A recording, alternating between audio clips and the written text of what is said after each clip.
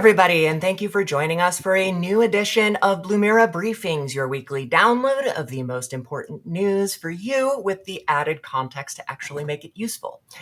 My name is Zoe Lindsey, and I am joined by some of our most frequent guests who we're happy to have back this week. Matt Warner. Hi, excited to be here. Nick Dixon. Hey, everyone. And Jake Ouellette.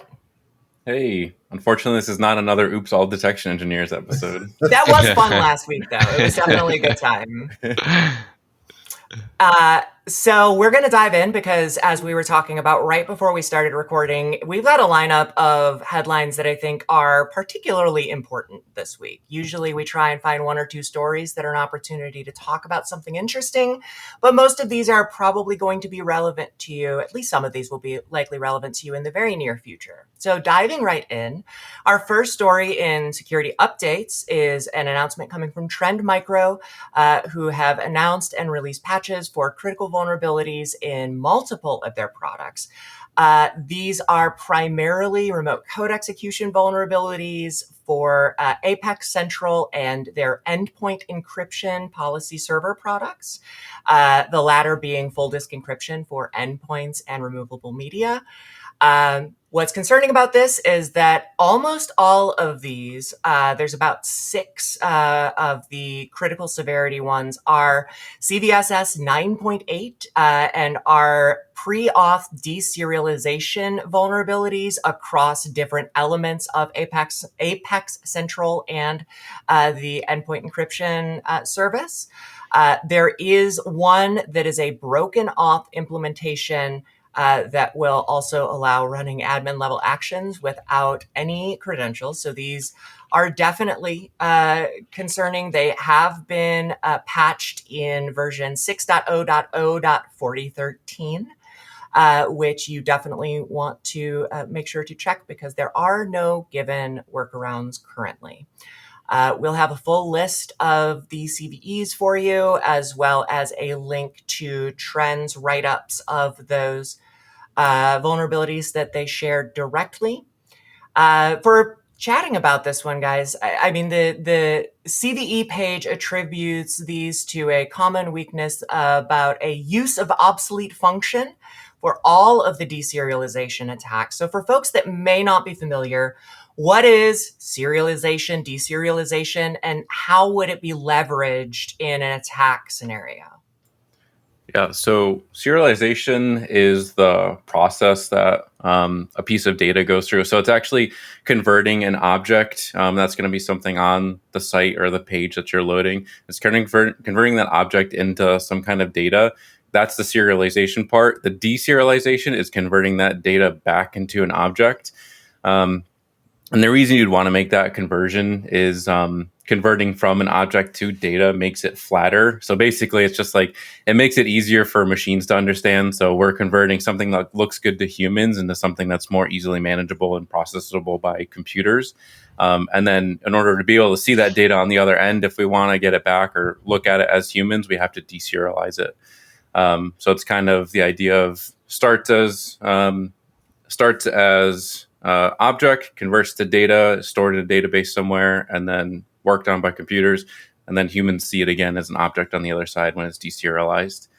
Most of the time, or why would people serialize data, or why do we serialize data? Like I said, it makes it easier to write complex data to memory, to a file, or a database, or if you're going over the network, or if you're making an API call. So it's more computer friendly, but it's not quite human friendly. Attackers typically take advantage of insecure deserialization by targeting user modifiable objects that get serialized. So when it comes out the other end as it's being deserialized and put back into some kind of object, that's when something is triggered. So you're you're inputting something that the system is not expecting, but it will entirely process. And then when it gets to the other side, it's processed in a way that this root RCE or something else happens on the other side. And they're typically abused for remote code execution or denial of service or even privilege escalation on the other end. So you're essentially in this way, when we're talking about it, especially in this sense, you're skipping that whole authorization, you're skipping everything, and you're just literally inputting one thing on one end, modifying one thing that you can modify on the site, and it's triggering remote code on the other side as it's being deserialized. Yeah, I think this is also a good example as to why development's hard, why engineering is difficult, and why one mistake can cause an issue broadly. Like what we're seeing here is, 6 CVEs, all with the same score across 2 different product lines, likely using the same deserialization code that is resulting in this RCE. And, it's one of those areas that, you're going to see it in OWASP, you're going to see it in a lot of different, like, you need to watch for these things, primarily because anywhere that a user, and as you look at the CVEs, you'll see like, this is in get report detail, this one's convert from JSON, this one's invalidate token. It's all about how the JSON is being deserialized into an object, generally speaking. And to Jake's point, any situation where the user is able to manipulate that input, you have that risk unless someone in engineering sat down and said, how do we make sure this securely gets handled? And, I think for me, and I know Nick and I have a lot of experiences in the background of, a lot of us have watched Trend grow from Office Scan and Trend Worry Free and these enterprise on-prem deployments that were kind of gross in their own right, but they kind of worked. And it was, 15 years ago to now, where we've seen a lot of people grow from using Worry Free 15 years to using Apex now. And that's okay, but it really becomes important to know what pieces of technology are you using internally. Are you using Apex Cloud? Are you using Apex Central? Do you need full disencryption? How is this going to impact your environment? And just in general, this is a good example of how we kind of build our own privilege escalations into our own environments with these kind of vulnerabilities. It becomes really important to make sure that you're attacking these kind of patches and making sure that they get solved in your environment. But it's also just as important to think about kind of what is the technology that's in your environment? How could people touch it? If you're someone who's also producing software, this could happen to you. Think about how you're bringing data into that software. Think about how your engineers are talking about it as well. It's just one of those things that you can make a mistake and miss it. And if you miss it, someone will generally find it one day. Yeah. To Matt's point, just looking at the CVEs that have happened this year thus far, I counted about 27 deserialization vulnerabilities and attacks. So not a novel attack that people are performing. It's just a constant struggle of doing QA to your code and making sure that changes are buttoned up and there's no vulnerabilities introduced with new code. So definitely a constant battle if you're performing in-house software. And sort of a corollary to our frequent advice of taking some of these news stories and using them as inspiration for possible scenarios that you would kind of build an exercise around. How would we respond to this? I think that these are also great opportunities if part of your organization's work is developing software. Have a conversation. Is this something that we're considering? How would we respond to this? How can we validate if this would be something to affect us? So not quite the incident response planning that we typically talk about, but definitely relevant for folks that are dealing with developing code of their own. Moving on to, for those that may have not joined us in the last week or two, we have changed from doing the most common trends of the week, which tend to remain fairly static week to week. And instead, we're looking at the most changed, either increased or decreased over the last couple of weeks, because it can give us an early indicator of trends, either of increase or decrease in activity.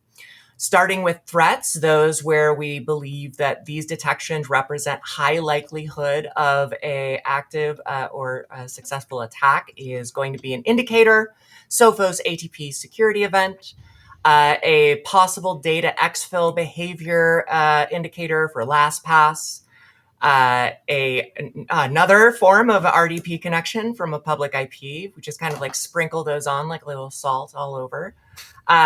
Jake, I know that you called out a Microsoft Key Vault tampering indicator that showed up. Do you want to make a comment on that? Yeah, that one I wanted to bring up just because I like to kind of explain a little bit of some of these Microsoft services because they've got so many. It's hard to keep track of them, and people might not realize what some of these services are for, or like that we even have detections for them. So the Azure Key Vault one, in particular, it's a service offered by Microsoft as part of their M365. I'm not sure. There's probably a license associated with that. I'm not sure what that's under, if there is one. But to the point, it's basically a way of securely storing and accessing secrets, and secrets can be anything from like API keys, passwords, or even certificates.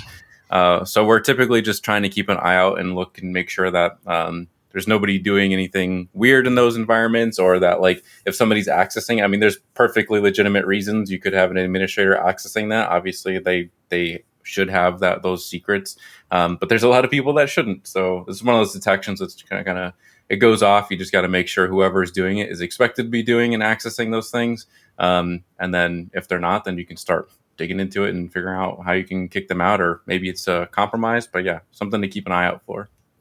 Yeah, I just to glom onto that, Key Vault tampering, secret access in cloud environments is one of those areas that often doesn't get monitored enough. And it's really easy to, and this is really more for companies that are managing software in the cloud and that kind of thing than it is someone just broadly on 365. But it doesn't really matter where you are. If you're using a cloud environment that holds secrets, it's worth your time to report on and investigate every potential access of that secret, which is to say it shouldn't be loud, because you should be controlling your IAM to say like, only these people should be able to get to where secrets are. Only these people should be able to access the secrets. And if someone does access a secret and just looks at a secret in plain text, in a perfect world, there should be alarm bells going off everywhere, realistically. It's not a good thing if a human does it. And the way that we at Blumira look at this is, if it's a service that's supposed to be accessing a secret, great, that's perfect. That's the way it's supposed to work. If Jake, for example, went and looked at the list of secrets inside of our cloud environment, all of the engineers at Blumira would get an alert saying, Jake is looking at a list of secrets. Why is Jake doing this? And it's really more of a, think about how you're leveraging those secrets and storing those secrets. It varies depending on the cloud. It varies depending on how you're doing it. It varies, and the impact will vary as well. In some cases, in regard to Microsoft Key Vault, you don't really want a cert that you don't know being jammed into your Key Vault. Whereas in the case of like Google Cloud, you probably don't want someone to get access to your API keys. You're storing your secrets. So think about how you're storing and handling those secrets to an extent. LastPass data exfil is a good example of this. If I recall correctly, that is the export of a full LastPass password cred set. That's, a fairly scary thing to see. So like really kind of ascertain where your secrets are, I think is where I'd push people of think about where you're storing them and how you're storing them. Yeah, especially if it's been a while since you've looked at it. I know Microsoft has a lot of great documentation on this specific thing.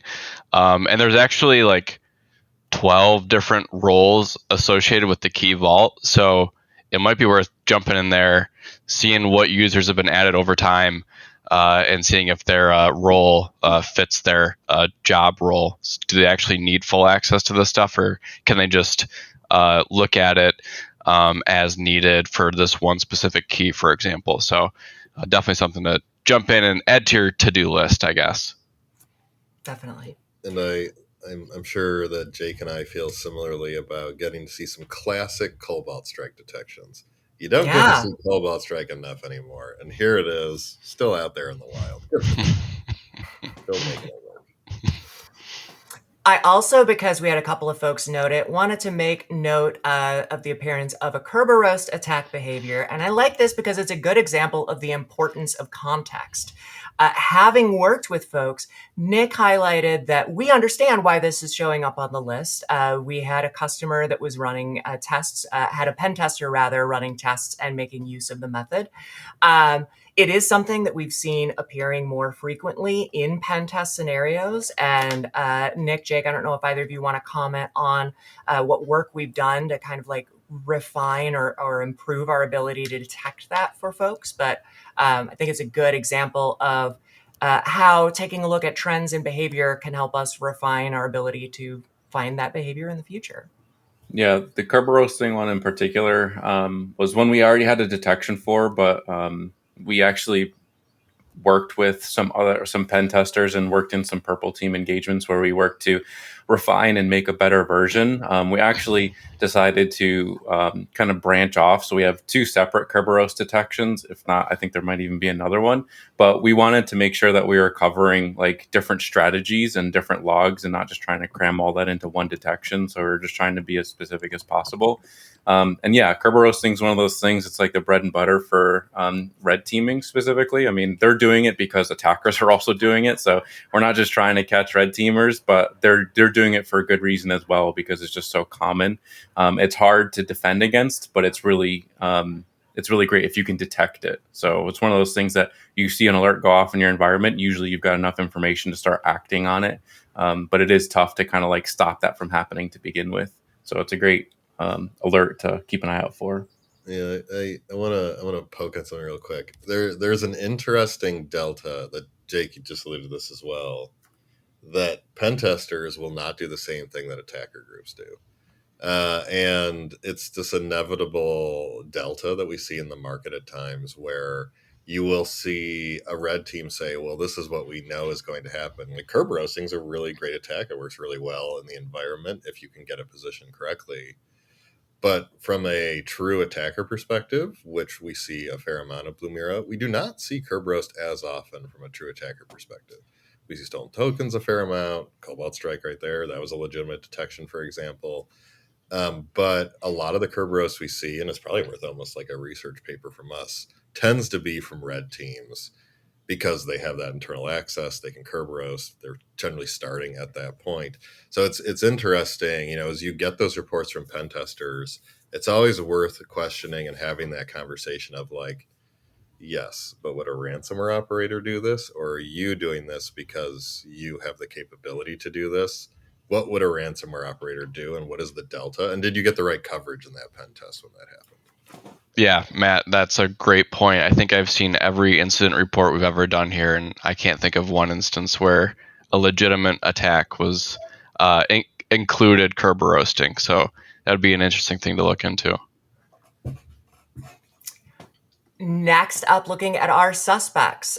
So again, these are ones that we don't have a high enough confidence to definitively classify as threat, but we, as you might imagine, suspect that it is not legitimate activity. It is less likely to be so. We had a exciting appearance for perf logs, execution anomaly, showing up here right at the top of the list. Custom admin role created in Google Workspace, suspicious process parent. Similarly, in 365, hidden privileged role assignment, certainly concerning. Ransomware activity in Microsoft 365, and a domain data export initiated on Google Workspace. So again, a lot of these coming from our cloud-hosted resources, being a common theme of what we're seeing in the suspect activity. Any thoughts on these? There was a couple. I mean, this is actually a really interesting top 10 list for me, to be honest. There's a lot of like really interesting findings here, which is bad, but also as a detection engineer is exciting to kind of see this stuff actually like going out and catching weird stuff. The biggest ones, and I'll just give like the ones that stick out to me and like the very like 2-second description of what they mean.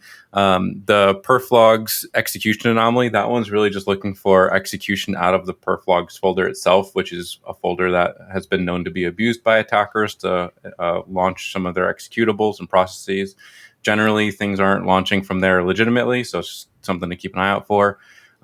Hidden privilege role assignment. This is the Microsoft 365 one.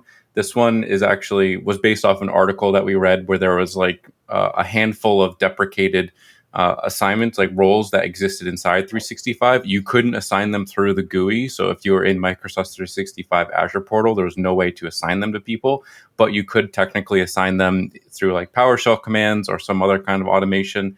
And the reason they were so sketchy is because they actually could be used for privilege escalation. So they not only were they hidden roles, but there are roles that could be used in that way too. So that's why we're keeping an eye out for those.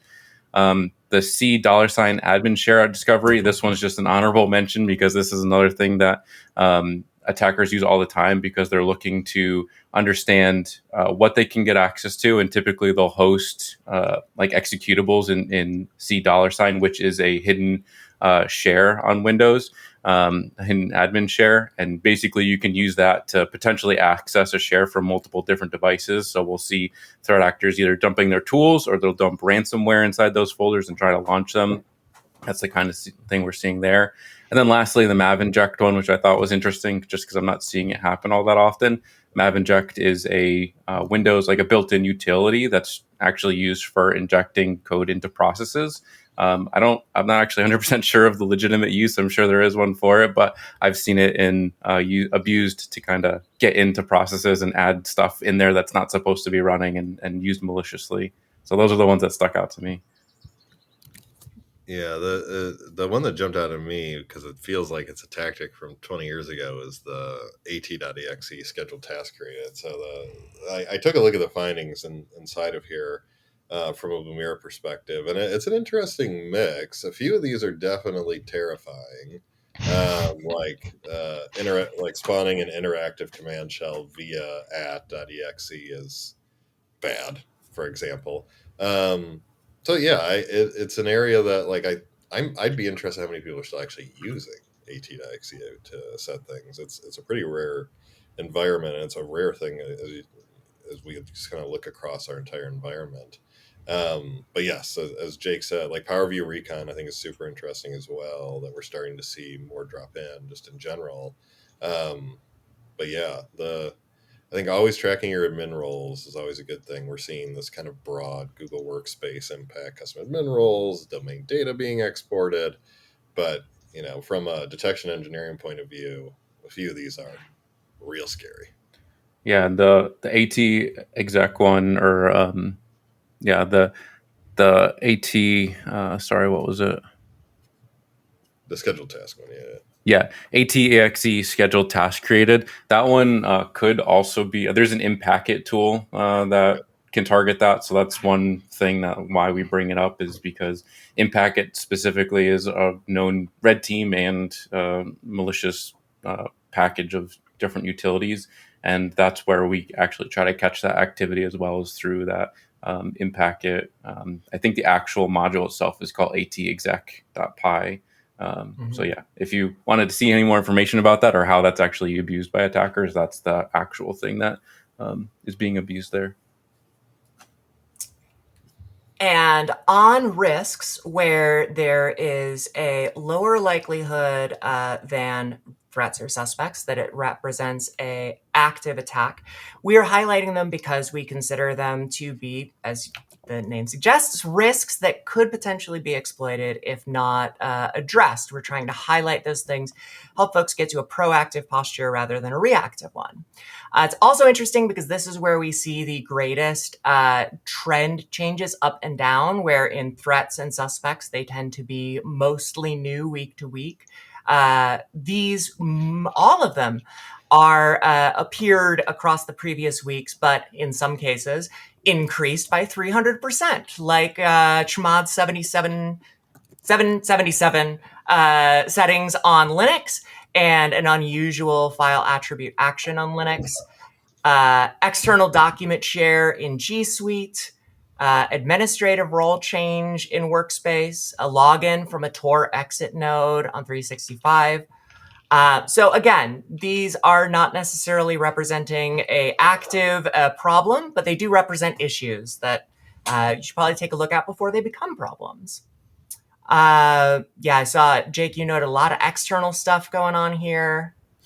Yeah, you got to be careful with what people are doing in your environment. They might not be malicious, but they could be sharing, unintentionally sharing stuff externally, and that's not even to other people. Sometimes people just try to give it access to their own personal email accounts into like some kind of like internal corporate stuff that would be probably a slap on the wrist, but maybe not necessarily malicious. But again, you just have to be aware of where what people are sharing to external sources. It kind of almost pokes a little. It's not like as bad as like poking a hole in a firewall, but it is just kind of like expand your attack surface a little bit.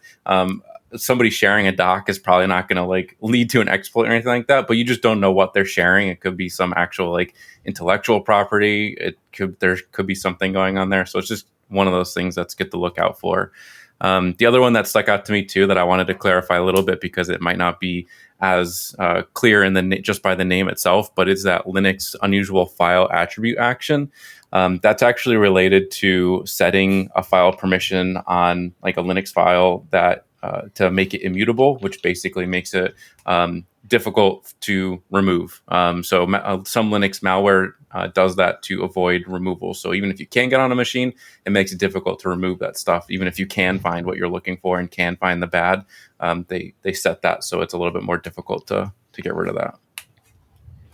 Good call out. Yeah, the only thing I'll call out from my seat in the C-suite is it's always worth the business's time to track external shares. Mm-hmm. It just is. It's worth having a plan in your organization to say, these people can share externally, marketing, sales. That's generally going to be the list. These people cannot share externally. And you really want to make sure how it's being shared and how that's going. And I think with a personal email address is a good way to go about it. Most people, when they're taking information, are not doing it in a way where they're thinking like really structured how they're going to steal things. If they are, they're going to do it in a much more refined way than literally sharing it out of your SharePoint. But for people who aren't, they're generally going to just fire it at their personal email address. It's worth doing that kind of general review there.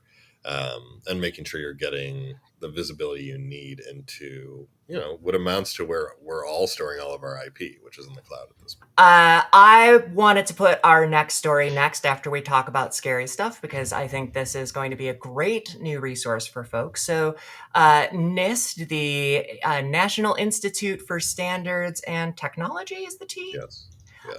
Published a new zero trust guide focusing specifically on implementation. You may be hearing that there's a zero trust guide from NIST and be like, yeah, that news is years old. And there was a guide released in 2020. That was more a breakdown of fundamentals of what a zero trust methodology means, a more conceptual explanation. This is very specific and implementation focused. It's like 19 different examples of ways that you could employ a zero trust strategy within your network environment. For those that haven't heard this phrase, I am kind of jealous of you, but it was introduced as a methodology. The goal being, as we saw an increasing shift to deperimeterized environments, broader adoption of cloud assets, dealing with more devices that are going to exist outside of the corporate environment and may not be able to be directed through VPN. So the fundamental change was a real focus on avoiding the inheritance of trust and instead reestablishing it each time that there is a significant change. That could be a change in location, a change in behavior. And so the general architecture section of this does a great job of a 50,000-foot breakdown into three basic categories of policy information points. That can be analytics, that can be log alerts from EDR, that can be ICAM, credentials, and access management that help admins and systems make smarter decisions. Then a policy so policy decision points are those admins and system settings. And then the policy enforcement points are going to be those metal detector moments where folks are walking through a place that access or enablement can actually be allowed or withheld. So if you think of security in general as visibility into what's happening and the ability to enforce controls, same idea. It's just breaking down what technology in your environment and what roles in your environment would map to what portions of that process. There's 4 basic approaches that are defined and explained. The first one is enhanced identity governance. This is governance, rather, which is really more of a cloud-first identity strategy, I'd say. And this they broke down into a crawl, walk, and run phased approach based on how mature your organization's existing security level is. Then we have a software-defined perimeter approach, a micro-segmented approach, and a secure access service edge or SASE approach. The only one that was broken down by maturity was that EIG, Enhanced Identity Governance one. The others have been defined further in the earlier resource SP 800-207. I will not go through the table of contents, but I do think that there are some great larger takeaways here that are applicable and useful even if you don't have the time to read the full guide. Before you start, discover. So knowing what's happening starts with knowing where to look. When you start with endpoints and identity. We know these are consistently the most targeted vectors, so it makes sense to start there. Big rocks first. In evolution and not reinvention or revolution. You want to start small, you want to make sure that it works, and then scale up. Getting executive buy-in is absolutely necessary, not just a nice to have. I sum this up as user experience is important, actually, which it really is. If you give a process to users that is too difficult or cumbersome for them to interact with or understand, their incentive and motivation is going to be to work around or avoid it, which compromises its effectiveness. And continuous validation requires continuous monitoring. If you're going to continue to make decisions on trust on an ongoing basis, you need an input to make that decision from. So we'll share links to those resources.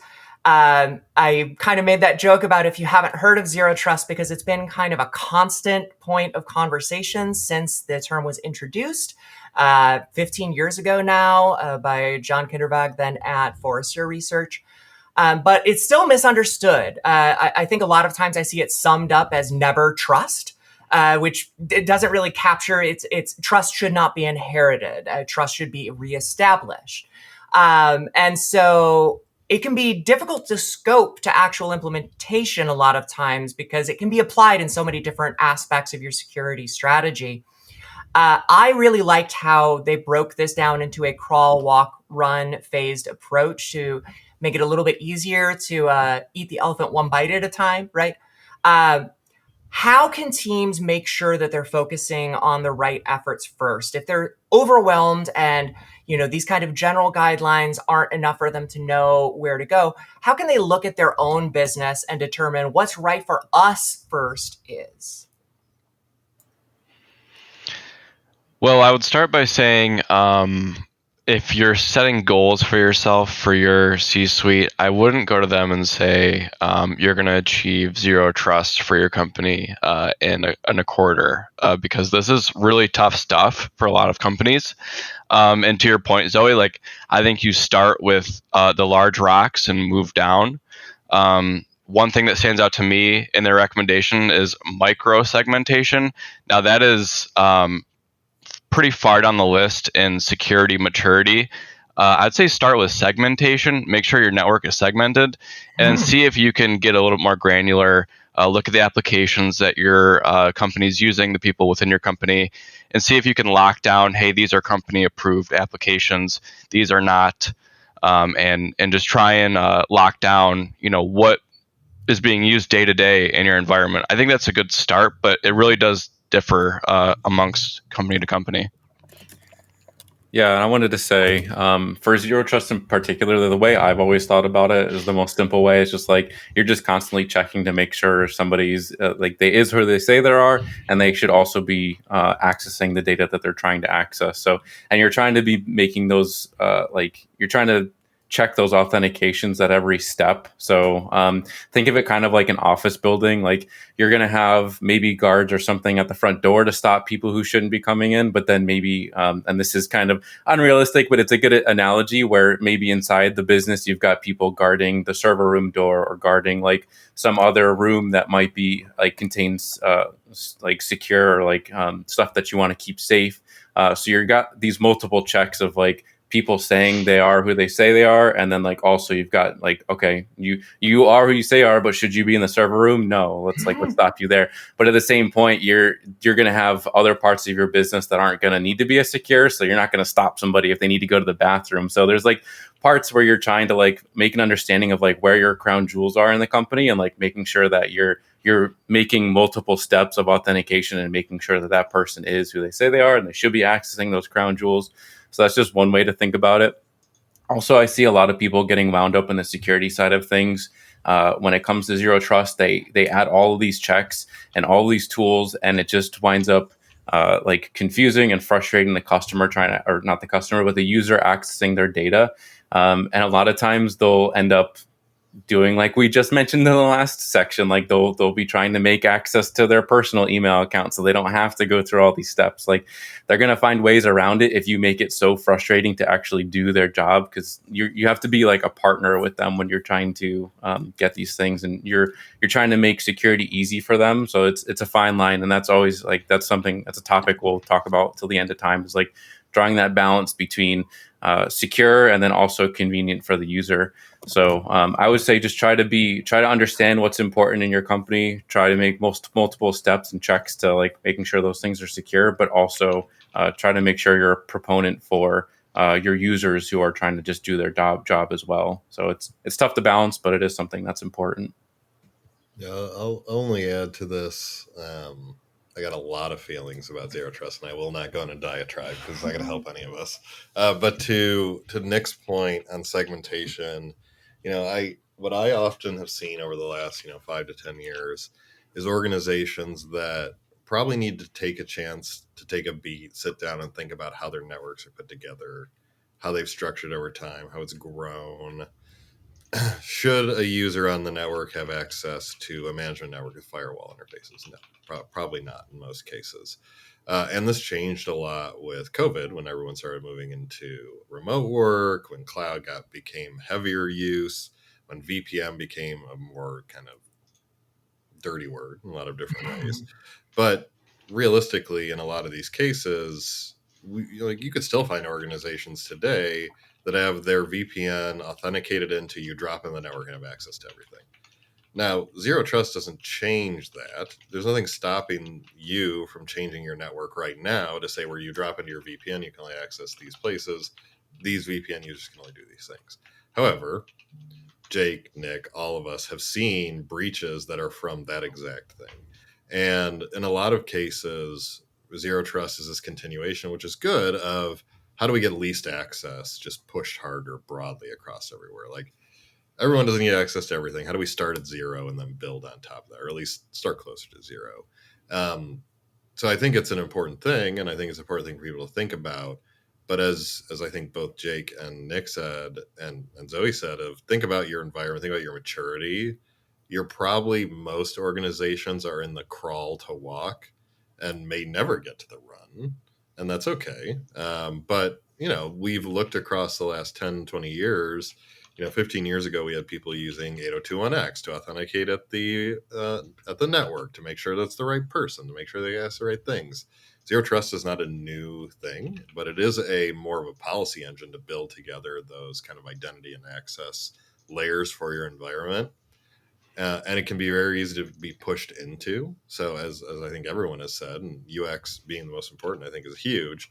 Make sure your techs can use it. Make sure your IT can set it up. Make sure that it connects to your identity the way that you expect it to. Make sure your identity is set up correctly, because if it's not, none of this matters. And make sure that you can get your users to focus on it and do something with it. And yeah, you might be able to replace your VPN fully. That would be great.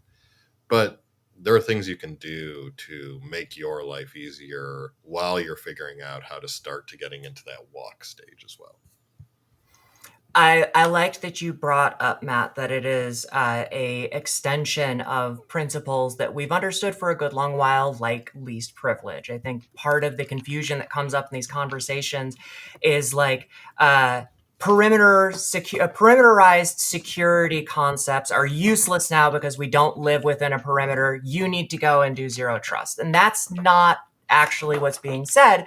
the idea is we have an expansion of the perimeter. The perimeter now lives wherever the user is working, right? And so we need to figure out how we similarly extend these principles that are still useful to accommodate those new working styles and locations. I know we still got a few more, so I'm gonna skip ahead to our Microsoft story, where Proofpoint researchers found over 80,000 Entra ID accounts that have been targeted as specifically in attack scenarios using a open source pen testing tool called TeamFiltration. So the tool is used for enumerating, spraying, exfiltrating, and backdooring Office 365 Azure Active Directory accounts. The researchers first started by looking at the documentation for TeamFiltration, and we literally talked about IDing through user agent strings, I think, last week. But they began looking for a mentioned obsolete or outdated, I should say, Teams client with a specific user string across different browser types. So we see a Mozilla string, Apple WebKit string, a Teams string, Chrome string, Electron and Safari string. They then paired that with a sign-in application from incompatible devices, which indicates likely that the agent is being spoofed. And then after that, those client apps have been chosen because they have the ability to request a family refresh token, which can be exchanged for a valid bearer token. It requires using a quote unquote sacrificial 365 basic business account along with an AWS account. For account enumeration, it's considered disposable because that is some of the more detectable activity that will happen when running the tool. They wanted to specifically differentiate between legitimate pen testing, because this is built as a tool for pen testers, and actual attacks. They found 80,000 of more than 80,000 of the latter since December. We're going to share info on the original report. There are a number of associated IP addresses in addition to that very distinct user string, so you can find those there. We'll also have a list to a family of client IDs, a number of which were identified by the researchers as being used by TeamFiltration, but actually SecureWorks on their GitHub has a more expanded list of client IDs, which researchers think may be because the team building TeamFiltration was using an older version of that list. So I think, we can start with, why do the typical kind of rate limiting and account lockout policies fail against distributed campaigns like this? Why are we still talking about password spraying in 2025 is my first question.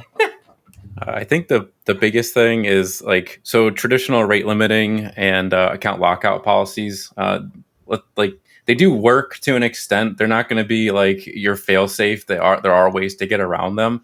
But ultimately too is it's not always about being that fail safe. Sometimes it's just about setting off that alarm. If you see a whole bunch of accounts just setting off alarms for rate limiting or account lockout, it might give you some kind of information that something's going sideways or someone's trying to attack you.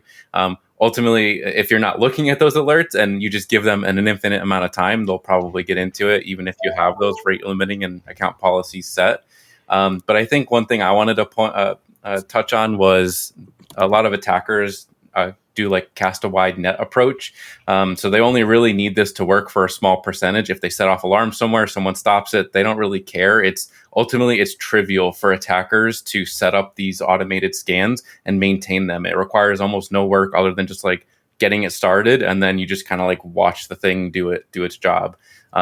So it's really the attackers don't need to spend that much time building it up and maintaining it. They can just let it run, and ideally the people who have these kind of protections set up, they'll be able to resist it, but all these other companies that don't have anything set up are going to get popped pretty quickly. So it's a low effort, high reward for attackers. One thing I did want to just mention that I think is mentioned quite often, but conditional access is a good place to start as well, as an additional backup to some of this rate limiting and account lockout. Yeah, and to answer your question, Zoe, we already talked about how we work with multiple pen testing teams, so we kind of have an inside scoop on what they're doing to evade some of our detections, not ours specifically, but just security tools in the wild. And they know that most security tools are going to detect loud, egregious attacks. So they're also trying to be quiet, not get rate limited, not get account lockouts. Maybe one or two are fine, but it's cast a wide net, but it's also be a little bit quieter about it. Yeah, I think it's interesting, especially when you look at the scale of Microsoft, the scale of Google, the scale of large providers. I guarantee you it will cost more in compute to rate limit than it will to eat the auth.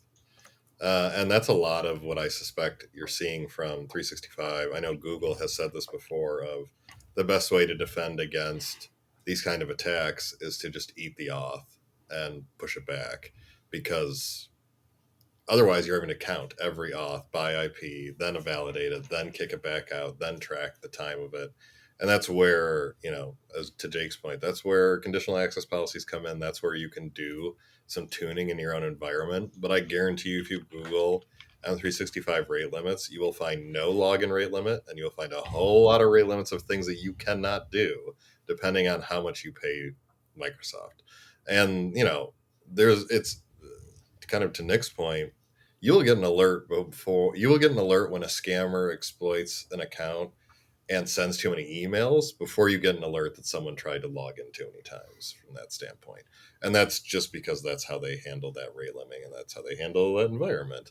And, password spraying with the ability to credential stuff and the breaches that kind of comes from that, it's never going to go away. In a lot of cases, this is really more about what authentication barriers can you put in place to make it so it doesn't matter if they get to that valid authentication. Mm-hmm. Can they not get MFA? Can they not get to single factor through PowerShell, for example, to do an authentication to 365? It's one of the things that I suspect, as we continue to go through this, you're starting to see this pivot away from capture credentials to I'm just going to steal the token on the fly. And a lot of that has to do with, I think, the lack of progress that you're going to see from password spraying, especially with the new changes to MFA and 365, where it's not an option anymore. You have to start doing these things. Same works in Google. Any productivity suite is starting to move in that direction. But if you can get someone to click on a thing and log into somewhere and it seems real, you can take that token and go about your day. And that's to Jake's point, that's a lot lower lift as well for the attacker.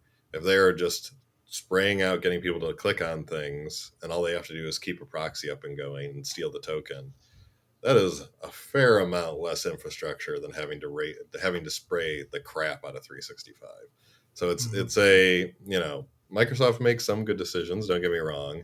But this is one of those things that I suspect its scale of compute to be able to even start to solve some of this problem from that perspective. And you get to a point in computing where it's like, well, we could just take this and it'd be a hell of a lot faster than counting it. We're going to end with what is effectively a formalized vibe check. So there's a new World Economic Forum report on the global cybersecurity outlook, which the vibe is not great right now. It was based, first I like to start with methodology. They had 325 qualified participants, 43 additional one-to-one interviews. Throwing a couple of the numbers out there, 71% of leaders say small orgs have already reached a critical tipping point where they can't adequately secure themselves against quickly growing complexity of threats and risks. 35% of small orgs believe their resilience is inadequate. That number has increased sevenfold since 2022. Some of the other factors that were mentioned, limited resources in a lot of orgs for skilled security staff. And for those staff that are qualified, risking either burnout from repeated tasks in their specialization or overload from trying to wear too many hats is a further factor that businesses that do hire in-house talent can run into. A lot of small to medium enterprises consider themselves less of a target But if they partner with larger partner orgs as either a client of their services or a supplier of services to them, they could be a third-party target. Additionally, other factors outside of attack trends and rates, like changing technology, evolving compliance requirements, means that a lot of folks on teams are wearing a lot of different hats. And recent tech advances have disproportionately benefited attackers. Small and medium enterprises often are choosing from a limited list of affordable solutions. A lot of times end up getting deployed at still default settings.